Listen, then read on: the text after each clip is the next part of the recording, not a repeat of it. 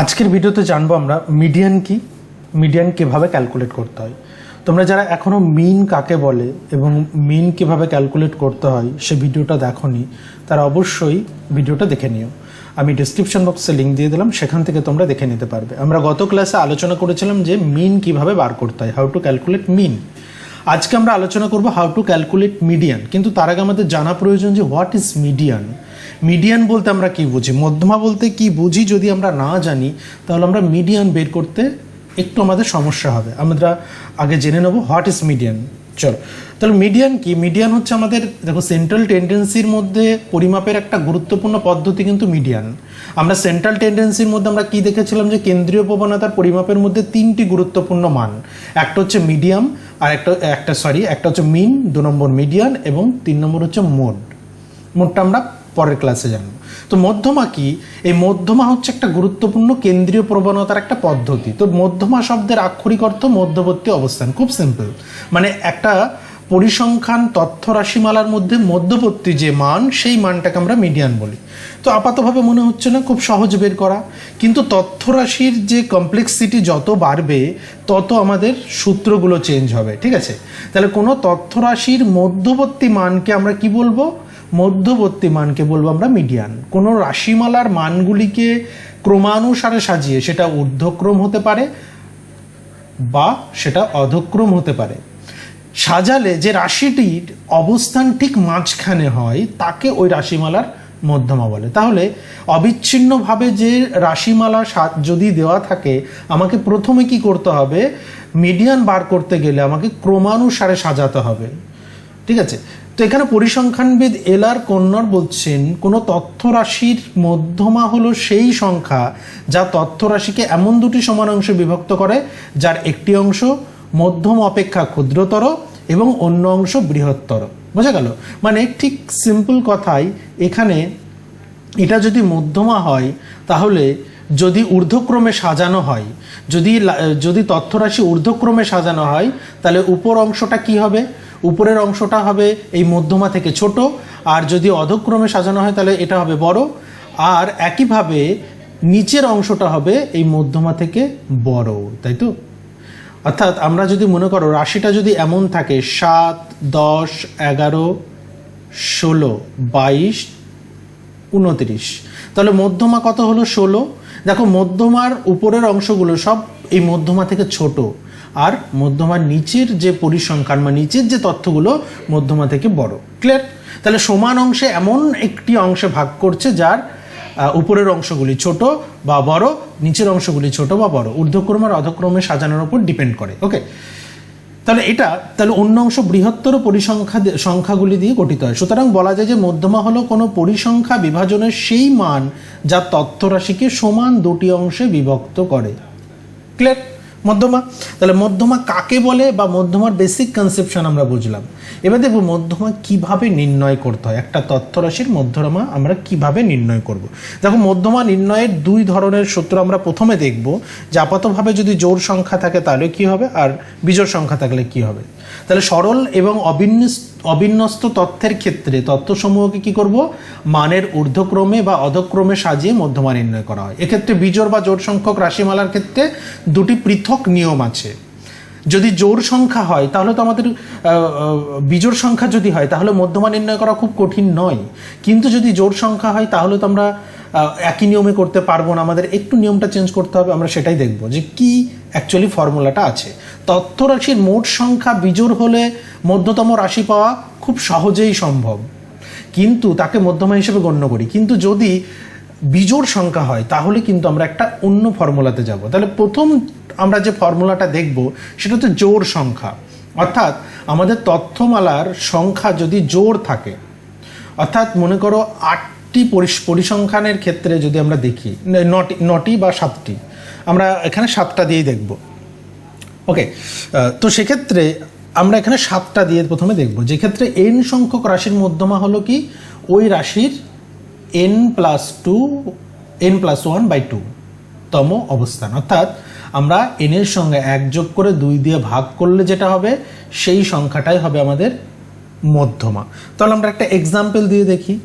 Example দেখার আগে আমি একটু বলে দিই যে যদি অড নাম্বার হয়, অড নাম্বার যদি হয়, বিজোড় সংখ্যা যদি হয়, তাহলে আমাদের সূত্র এটা n+1/2।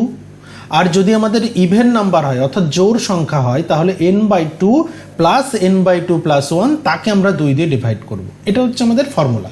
এই ফর্মুলাটা তোমরা একটু ভিডিওটা পজ করে খাতায় নোট করে নাও, তাহলে পরের উদাহরণগুলো বুঝতে সুবিধা হবে। ওকে, এরপর আসছি আমরা প্রথম উদাহরণ। প্রথম উদাহরণ কি বললাম? বিজোড় সংখ্যা দিয়ে দেখব যে বিজোড় সংখ্যক রাশিগুলির মধ্যমা নির্ণয় করা আমরা প্রথমে শিখব। তাহলে বিজোড় সংখ্যক রাশি অর্থাৎ এখানে কটা রাশি আছে দেখো, 3, 3, 6, 7। তাহলে 7টা রাশি আছে। এই 7টা রাশিকে যদি আমরা ঊর্ধ্বক্রমে সাজাই, এই 7টা রাশিকে কি করব আমরা? ঊর্ধ্বক্রমে যদি সাজাই, তাহলে আমাদের কি হবে? 7, 10, 12, 16, 18, 20, তারপর রয়েছে 25। ওকে, ঊর্ধ্বক্রমে সাজিয়ে নিলাম। এবার আমরা সূত্র নিয়ে আসবো। সূত্র কি ছিল আমাদের? আচ্ছা এটা n, হ্যাঁ, n+1/2, এটা করলেই আমাদের সূত্র হয়ে যাবে। আচ্ছা আচ্ছা, n কত এখানে? n সমান কত? n হচ্ছে 7, তাই তো? 7টি পরিসংখ্যান কত? 7টা রাশি রয়েছে আমাদের, তাহলে n সমান 7। তাহলে 7+1/2 কত হচ্ছে? 8/2 অর্থাৎ 4। কততম রাশি? চতুর্থতম। আমরা এই রাশিমালা যেটা ঊর্ধ্বক্রমে সাজালাম, এর মধ্যে চতুর্থতম রাশি কোনটা? চতুর্থতম রাশি 1, 2, 3, 4, কত হলো? 16। এই 16ই হচ্ছে আমার মিডিয়ান। মিডিয়ান কত? মিডিয়ান 16। কারণ আমার এই ফর্মুলা অ্যাপ্লাই করে আমার অ্যান্সার ছিল 4, আর আমি 4 এই রাশিমালার চতুর্থতম অবস্থানে যে রাশিটা আছে সেটাকে আমি মিডিয়ান হিসেবে ধরবো। খুব সিম্পল। আমি গত ভিডিওতে যে মিন বের করেছি সেই রাশি দিয়েই তোমরা এটা প্র্যাকটিস করো, আরেকবার করে আমাকে অ্যান্সারটা জানিও, ঠিক আছে? যে মিডিয়ান বের করলে ওই একই রাশি থেকে যদি মিডিয়ান বের করো সেটা কত হচ্ছে। তাহলে এটা গেল বিজোড় সংখ্যক। আমি মিন বের করা শিখিয়েছিলাম দেখো বিজোড় সংখ্যক রাশিতে। তোমরা এটা অবশ্যই প্র্যাকটিস করো। দ্বিতীয় যেটা আমরা চলে আসি, এবার জোড় সংখ্যক। এবার জোড় সংখ্যক হলে মিডিয়ান বের করা তো অত সহজে পারবো না, কারণ মিড ভ্যালু তো আমি বের করতে পারবো না। অর্থাৎ মিডিয়ানের এখানে বিজোড় সংখ্যক ছিল, আমরা খুব সহজেই পারছিলাম। এবার দেখি যে জোড় সংখ্যক হলে কি করতে হবে। জোড় সংখ্যক হলে আমাদের সূত্রটা আলাদা হবে। তাহলে প্রথমে আমরা কি করব? ঊর্ধ্বক্রমে সাজিয়ে নেব। ঊর্ধ্বক্রমে যদি আমরা সাজাই, তাহলে এই রাশিটা ঊর্ধ্বক্রমের মান অনুযায়ী আমরা যদি সাজিয়ে নিই, তাহলে প্রথমেই চলে আসবে কি 8, তারপর আসবে 11, তারপর কত আসছে? 11-র পর আছে 16, আই থিঙ্ক, হ্যাঁ, 8, 11, না সরি 14 আছে। 8, 11, 14, 16, 17, 19, 20, দেন 22। তাহলে এখানে 8টা কটা রাশি আছে? 8টা রাশির মান দেওয়া আছে। তাহলে এখানে n সমান কত? n সমান 8, রাইট? তাহলে এইবার n সমান যদি 8 হয়, এখান থেকে আমি, তোমরা প্রিভিয়াস স্লাইডের সূত্রটা একবার দেখে নাও। দেখো এখানে আমি সূত্র কি বলেছিলাম? n/2 প্লাস n/2 প্লাস 1, তাকে আমরা 2 দিয়ে ডিভাইড করব। ওকে, চলো এরপর চলে আসছে আমরা, তাহলে সূত্রটা আমরা প্রথমে লিখে নেব। তাহলে n/2 প্লাস n/2 প্লাস 1, তাকে 2 দিয়ে ডিভাইড করব লাস্টে, সেটা আমরা বলে দিচ্ছি। তাহলে n/2 কত? n কত? n হচ্ছে 8, আর 8/2, ওকে, প্লাস 8/2 প্লাস 1, তাহলে কত হলো? 4। এটা হচ্ছে 4 প্লাস, এখানে আমরা করব কি? n/2 হচ্ছে n/2 প্রথমে আমরা পেলাম 8/2, তাহলে হয়ে গেল আমার 4। তার সঙ্গে কত যোগ হবে? তার সঙ্গে, আচ্ছা, এই দুটো মানের গড় বের করতে হবে আমাকে, ঠিক আছে? এখানে দেখো আমি সূত্রতে বলেছিলাম যে এই দুটো প্লাস করে 2 দিয়ে ভাগ করব। তাহলে এখানে আমরা চলে আসবো 8/2 4, তাহলে 5, কত হচ্ছে? 9, তাই তো? এটা করে গেল, এটা হয়ে গেল 9। তাহলে এটা 9 আমরা কি করব? 9/2, ঠিক আছে? 9/2, কারণ আমরা আমাদের টোটাল যে রাশি সেটাকে 2 দিয়ে ডিভাইড করব। কিন্তু আমরা এই প্রসেসটা না করে এটা আমরা ছোট্ট প্রসেসে করব, যেটা হচ্ছে n/2 = 4, আর n/2 + 1 = হচ্ছে 5। তাহলে কটা রাশি হলো? চতুর্থ রাশি আর পঞ্চম রাশি, এই দুটো রাশির যোগফল। ঠিক আছে, তাহলে এই দুটো চতুর্থ রাশি কি আছে দেখো, 1 2 3 4 16, আর পঞ্চম রাশি কি আছে 1 2 3 4 17, তাই তো? তাহলে এখানে আমরা এই দুটো যোগ করব না, কিন্তু আমরা এই দুটোর মানকে যোগ করব। এই দুটোর মান কি আছে? 16 + 17 কত? 16 + 17 কত হচ্ছে? 33। ঠিক আছে, 16 + 17 33, 33 এইবার এটাকে আমরা টোটালটা সূত্রটা দিয়ে দিলাম 2 দিয়ে ডিভাইড করব, তাহলে হচ্ছে 16.5। তাহলে 33/2 কত হলো? 16.5। তাহলে আমার মিড ভ্যালু কত? মিড ভ্যালু হচ্ছে এই মিডিয়ান কত? মিডিয়ান আমার আসলো 16.5। তোমরা কি করবে? এই দুটোকে আলাদাভাবেও করতে পারো বা একসঙ্গে করতে পারো। একসঙ্গে করলে 4 নম্বর রাশি 5 নম্বর রাশির মানটা বসিয়ে নেবে, বসিয়ে নিয়ে সিম্পল 2 দিয়ে ডিভাইড করলে যেটা হবে সেটাই আমাদের মান। ঠিক আছে, আমরা যদি আলাদাভাবে করি, দেখো 4 নম্বর রাশি হচ্ছে 16, 5 নম্বর রাশি হচ্ছে 17, তাহলে 33/2 = 16.5। তাহলে আমাদের মিডিয়ান কিন্তু যদি জোড় সংখ্যক থাকে তাহলে আমরা এভাবে বার করতে পারি। ওকে, এরপর আসছে আমাদের মিডিয়ানের আরেকটি পার্ট, লাস্ট পার্ট, যে মিডিয়ান যদি, এবার মনে করো যে তথ্য যদি অবিচ্ছিন্ন চলক থাকে, অবিচ্ছিন্ন চলক যদি থাকে তাহলে সেক্ষেত্রে মধ্যমা নির্ণয় করা কিন্তু একটু জটিল। আর সেক্ষেত্রে তোমাদের এই মানগুলো আগে জানতে হবে যে এই মানগুলো কি। সেক্ষেত্রে আমরা মিডিয়ানের ফর্মুলা বের করব কি? L1 + n/2 - fe বা f বলতে পারি বাই fm, তার সঙ্গে c গুণ করতে হবে, গুণ c। এটা হচ্ছে ফর্মুলা। এবার এই ফর্মুলার প্রত্যেকটা মান আগে জানতে হবে। প্রথমত এটা খাতায় তোমরা নোট করে নাও, খাতায় নোট করে নিয়ে খাতাটা সামনে রাখো, কারণ আমি পরের স্লাইডে গেলে এই স্লাইডটা তোমার সামনে ভিজিবল হবে না। স্ক্রিনশট কেউ করো না, কারণ স্ক্রিনশট করলে তুমি দেখতে পাবে না সেটা। খাতায় নোট করে নিয়ে নোট করে নাও, নোট করে নিলে পরে তোমাদের বুঝতে সুবিধা হবে। আমি প্রথমে একবার বলে দিই L1টা কি। মধ্যমা শ্রেণীর নিম্নতম শ্রেণী, lower boundary of median class. তাহলে আমাকে কি বের করতে হবে? এখানে বাউন্ডারি, ক্লাস বাউন্ডারি বের করতে হবে, তাই না? ক্লাস বাউন্ডারি বের না করলে আমি কখনোই এটা থেকে আমি মিডিয়ান বের করতে পারবো না। তাহলে আমার কাছে যা দেওয়া থাকবে তার উপর বেস করে আমাকে ক্লাস বাউন্ডারি বের করতে হবে। দ্বিতীয় হচ্ছে মোট পরিসংখ্যা। মোট পরিসংখ্যা কি? টোটাল ফ্রিকোয়েন্সি, এটা তোমরা জানো, এন এর মান। হ্যাঁ, এফি কি? মধ্যমা শ্রেণীর পূর্ববর্তী শ্রেণীর ক্রমযৌগিক পরিসংখ্যা। Cumulative frequency corresponding to L1, অর্থাৎ মধ্যমা শ্রেণীর ঠিক আগের শ্রেণীর যে কিউমুলেটিভ ফ্রিকোয়েন্সি সেটাই হচ্ছে FE। বারবার বলছি খাতায় নোট করো, তা না হলে পরবর্তী স্লাইডে তোমরা বুঝতে পারবে না। খাতায় নোট করো, আমি যখন বলবো সূত্রের FE মানে আমি কি বলেছিলাম আগের স্লাইডে সেটা কিন্তু অবশ্যই মনে রাখতে হবে। FM কি? মধ্যমা শ্রেণীর পরিসংখ্যা, frequency of median class. Median class যেটা থাকবে তার পরিসংখ্যা। আর সি হচ্ছে মধ্যমা ব্যাপ্তি, অর্থাৎ তাদের ওয়াইডটা কত, তাদের গ্যাপটা কত, ক্লাস যে লিমিট রয়েছে সেই লিমিটের গ্যাপটা কত, সেটা আমি নেক্সট স্লাইডে তোমাদের বলে দিচ্ছি, তাহলে বুঝতে পারবে। চলে আসে এইবার আসছি এই যে তথ্য, নিম্নলিখিত তথ্যের মধ্যমা নির্ণয় করো। এবার আমরা এই সূত্রটাকে অ্যাপ্লাই করব। দেখো প্রথমে শ্রেণী ব্যবধান দেখো দেওয়া আছে এখানে, এটাকে আমরা বলছি ক্লাস লিমিট বা ক্লাস ইন্টারভাল। হ্যাঁ, এটা দেখো শ্রেণী ব্যবধান দেওয়া রয়েছে, পরিসংখ্যান দেওয়া রয়েছে।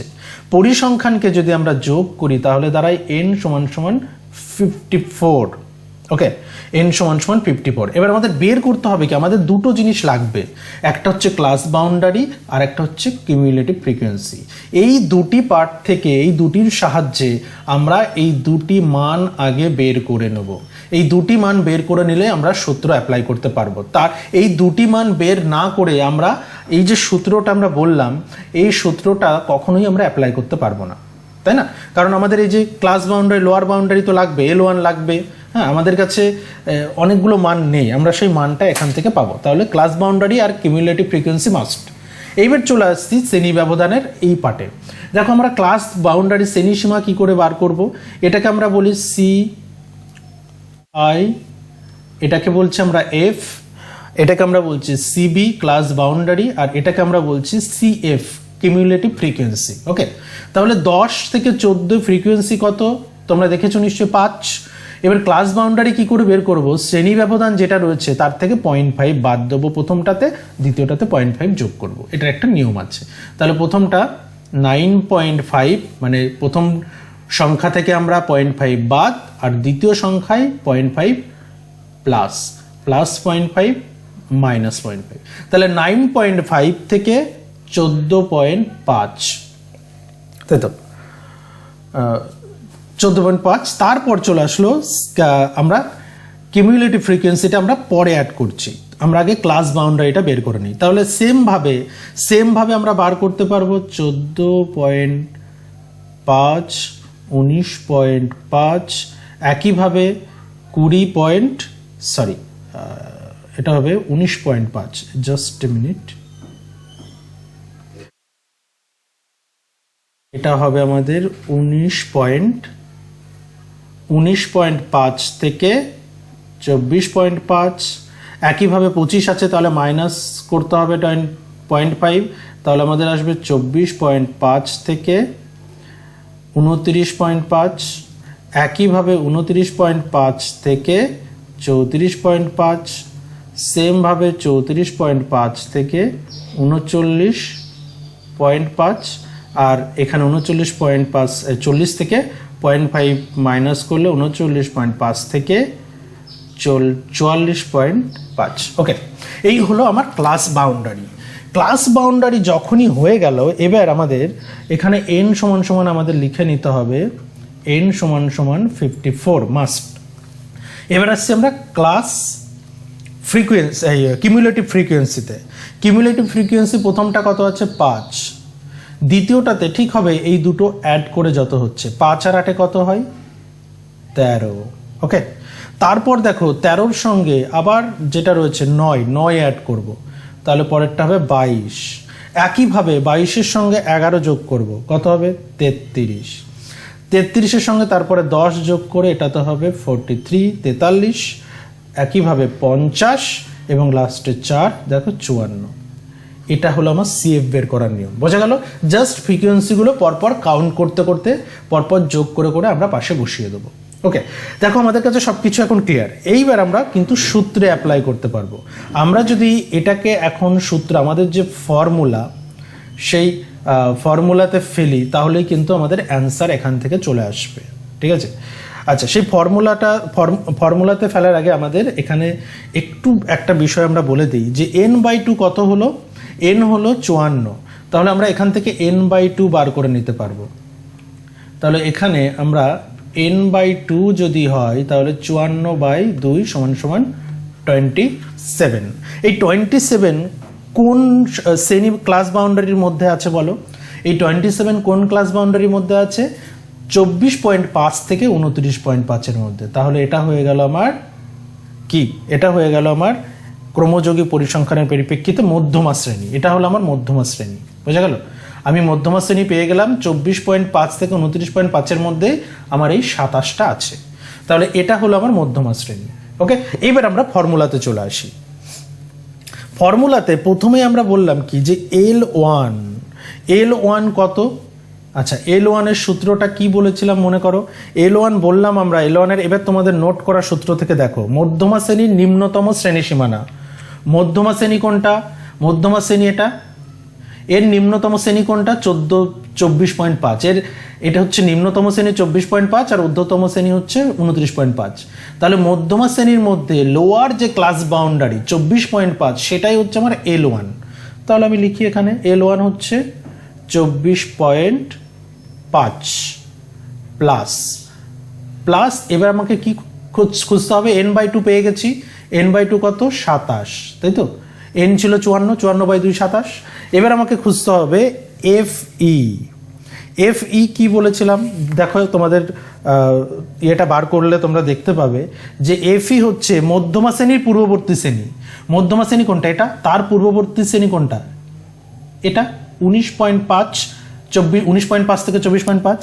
এই মধ্যমা শ্রেণীর পূর্ববর্তী শ্রেণীর কিউমুলেটিভ ফ্রিকোয়েন্সি, এর কিউমুলেটিভ ফ্রিকোয়েন্সি কত? 22। আগের ক্লাস বাউন্ডারির কিউমুলেটিভ ফ্রিকোয়েন্সি CF। তাহলে আমার কত হচ্ছে? FE সমান সমান 22। FE দেব 22, রাইট। আমার কি আর আমার কাছে কি আছে, এবার আমার বের করতে হবে এফএম। এফএম দেখি, তারপর লাস্টে সি দেখব। আচ্ছা, এফএম এ চলে যাও। এফএম হচ্ছে মধ্যমা শ্রেণীর পরিসংখ্যা। দেখো মধ্যমা শ্রেণী কোনটা? মধ্যমা শ্রেণী হচ্ছে 24.5 থেকে 29.5। এর পরিসংখ্যান কত? পরিসংখ্যান, সরি, কিউমুলেটিভ ফ্রিকোয়েন্সি নয়, পরিসংখ্যান। এর পরিসংখ্যান ফ্রিকোয়েন্সি কত? 11। এটা হচ্ছে তাহলে আমার এফ এম। ওকে, এটা হচ্ছে আমার এফ এম, আর এখানে এটা হয়েছে আমার এফ ই, আর এটা হয়েছে আমার L1। ওকে, ক্লিয়ার? তাহলে মধ্যমা শ্রেণীর ফ্রিকোয়েন্সি কত? 11। মধ্যমা শ্রেণীর ফ্রিকোয়েন্সি 11। তাহলে আমি এখানে কত দেবো? 11 ইন্টু, এবার সি কি বলেছিলাম? সি বলেছিলাম মধ্যমা শ্রেণীর শ্রেণীব্যাপ্তি, তাই তো? এই যে মধ্যমা শ্রেণীর শ্রেণীব্যাপ্তি কত? 5। 24.5 থেকে 29.5 বা 25 থেকে 29, দেখো প্রত্যেকটা 5-এর গ্যাপ। তাহলে এদের যে ওয়াই সেটা হচ্ছে কত? 5। তাহলে আমি এখানে দেব কত দিয়ে গুণ হবে? 5 দিয়ে গুণ হবে। ওকে, দেখো এবার আর আমার কাছে কিন্তু কিছু বাকি নেই, জাস্ট ক্যালকুলেশন করলেই আমার অ্যান্সার কিন্তু বেরিয়ে আসবে। তাহলে ক্যালকুলেশন করলে কি হবে? 24.5, 27 থেকে মাইনাস করলে হবে 5-এর 11 ইন্টু 5, তাই তো? তাহলে এটাকে ক্যালকুলেশন করলে আমার দাঁড়াবে 24.5, এটা 5×5 25/11, 25/11 কাউন্ট। এটা ক্যালকুলেশন করলে 2.72 আসে। তাহলে আমাদের টোটাল অ্যান্সার হচ্ছে 26.77। ওকে, অর্থাৎ আমার টোটাল মিডিয়ান দাঁড়ালো 26.77। ক্লিয়ার? এটা হলো আমাদের আলটিমেটলি অ্যান্সার। তো বুঝতে পেরেছো? আশা করছি প্রত্যেকটা পার্ট আমি ছোট ছোট করে বলে দিয়েছি। তোমরা ভিডিওটা দেখো, আবার যদি সমস্যা হয় কমেন্ট করে জানিও কোন পার্টটা বুঝতে অসুবিধা হয়েছে। কোনো পার্ট যদি বুঝতে অসুবিধা হয় কমেন্ট করে জানিও। আর আমি আরেকটি পার্ট তোমাদের দিয়ে দিচ্ছি, সেই পার্টটা তোমরা প্র্যাকটিস করে অবশ্যই জানিও যে তোমাদের অ্যান্সার কত হচ্ছে। ওকে, আমি একটা রাশিমালা দিচ্ছি, এটা হচ্ছে তোমাদের হোমওয়ার্ক থাকলো। তোমরা প্র্যাকটিস করে আমাকে জানাও, তাহলে তোমরা একটু কনফিডেন্স পাবে পরীক্ষার আগে যে আদৌ তোমরা ঠিক করতে পারছো কিনা। দেখো রাশিমালা হচ্ছে, আচ্ছা সরি, রাশিমালা হোমওয়ার্ক দিলাম একটা রাশিমালা। 75 জন ছাত্রের একটা রাশি, 75 জন ছাত্রছাত্রীর একটা প্রাপ্ত নম্বরের পরিসংখ্যান। 1 থেকে 10 পরিসংখ্যান 8, 11 থেকে 20 পরিসংখ্যান 14, 21 থেকে 30 পরিসংখ্যান 17, আচ্ছা 31 থেকে 40 পরিসংখ্যান 20, আর 41 থেকে 50 পরিসংখ্যান 11, 51 থেকে 60 পরিসংখ্যান হচ্ছে 3, আর লাস্ট পরিসংখ্যান হচ্ছে 61 থেকে 70 পরিসংখ্যান 2। কতজন ছাত্র? 75 জন ছাত্র, ঠিক আছে। n = 75 হবে। ওকে, তো এটা তোমাদের হোমওয়ার্ক থাকলো। তোমরা অবশ্যই কমেন্ট বক্সে অ্যান্সার জানিও। তোমরা অ্যান্সার জানালে সেটা সঠিক হয়েছে কিনা আমি অবশ্যই সেটা রিপ্লাই করব। ওকে, আশা করছি সবাই বুঝতে পেরেছো। খুব শীঘ্রই দেখা হচ্ছে পরের ভিডিওতে।